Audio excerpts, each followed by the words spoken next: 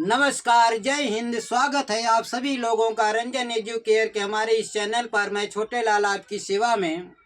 प्यारे विद्यार्थियों, आइए देखते हैं कुछ छोटी छोटी लेकिन बहुत ही जरूरी बातें। क्या वो है आम चुनाव। आम चुनाव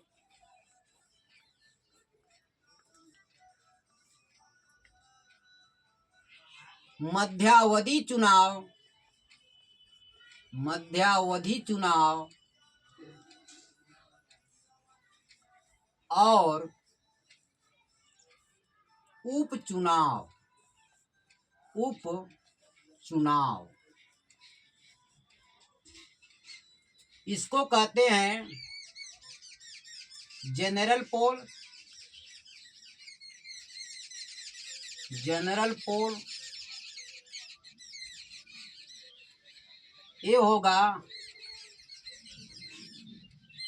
मिडिल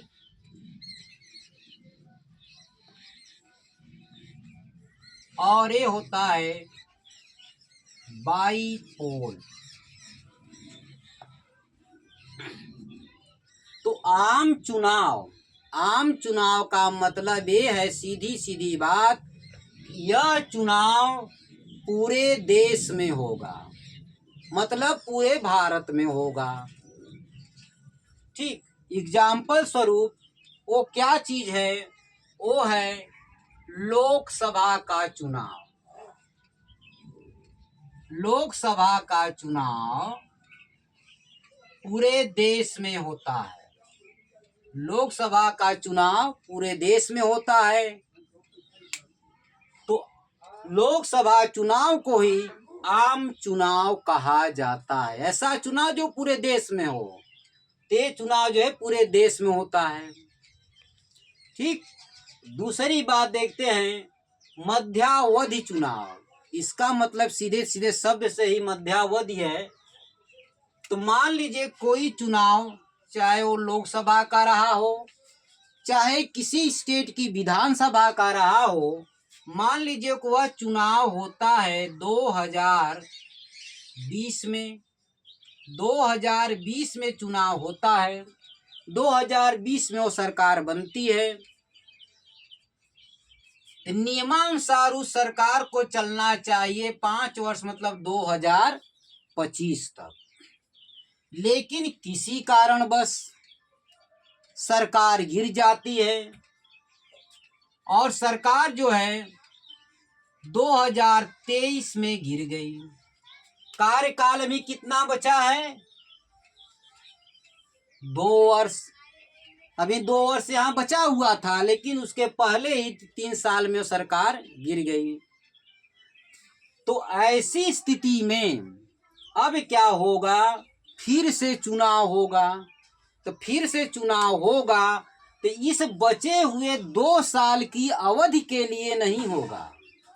ध्यान दीजिए कि मध्यावधि चुनाव जो है शेष बची हुई अवधि के लिए नहीं होता है।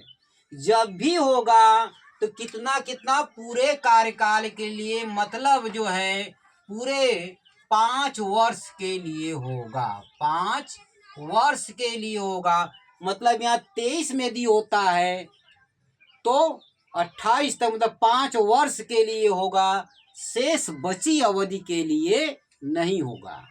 जब भी होगा पूरे 5 वर्ष, पूरे कार्यकाल के लिए होगा। उपचुनाव बाईपोल में क्या होता है कि कोई पद, चाहे वो सांसद रहा है, विधायक रहा है, यहाँ तक कि प्रधान भी, कार्यकाल पूरा होने से पहले, उनका कार्यकाल कितना था? 5 वर्ष था। और कार्यकाल के पहले मान लीजिए 2.5 साल हुआ, 2 साल हुआ, इसके बाद जैसे उनकी या तो मृत्यु हो जाए या किसी कारणवश उन्होंने उस पद से त्याग पत्र दे दें, या दूसरा चुनाव जीत जाए तब त्याग पत्र दें। और भी रीजन हो सकते हैं त्याग पत्र देने के, त्याग पत्र दे दें। अब वह क्या होती है, सीट जो है खाली हो जाती है। जब जो सीट खाली होगी उसी का क्या होगा? उपचुनाव होगा। जैसे अभी जो है कि उत्तर प्रदेश में 9 सीटों के लिए उपचुनाव हुआ। तो उपचुनाव बेटा केवल जो शेष बची अवधि है, 2 साल 3 साल जो भी बची अवधि है, उस बची अवधि के लिए होगा, बचे हुए टाइम के लिए होगा। मान लिए 3 साल बीत गया था, 2 साल बाकी था, तो 2 साल के लिए होगा। कितने के लिए होगा? केवल 2 साल के लिए होगा। इसके बाद जब वो कार्यकाल पूरा हो जाएगा तो फिर से जो है पूरा चुनाव एक साथ होगा। तो उपचुनाव जो है शेष बची अवधि के लिए होता है। जैसे अभी हुआ, एक बात और है इसमें उपचुनाव में कि कम से कम 1 वर्ष का समय बचा हो। कितने का समय बचा हो?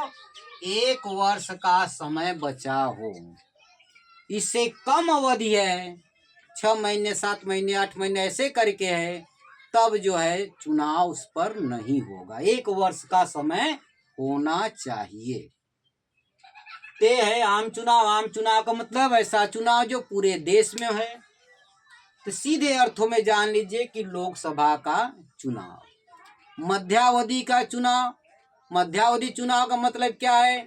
चाहे सेंट्रल गवर्नमेंट संघ सरकार की बात हो या किसी राज्य सरकार की बात हो, पूरा समय के पहले 5 वर्ष का कार्यकाल पूरा करने से पहले यदि सरकार किसी कारणवश गिर जाती है, तो ऐसी स्थिति में पुनः चुनाव होगा और शेष बची अवधि के लिए नहीं होगा, बल्कि पूरे कार्यकाल मतलब 5 वर्ष के लिए होगा।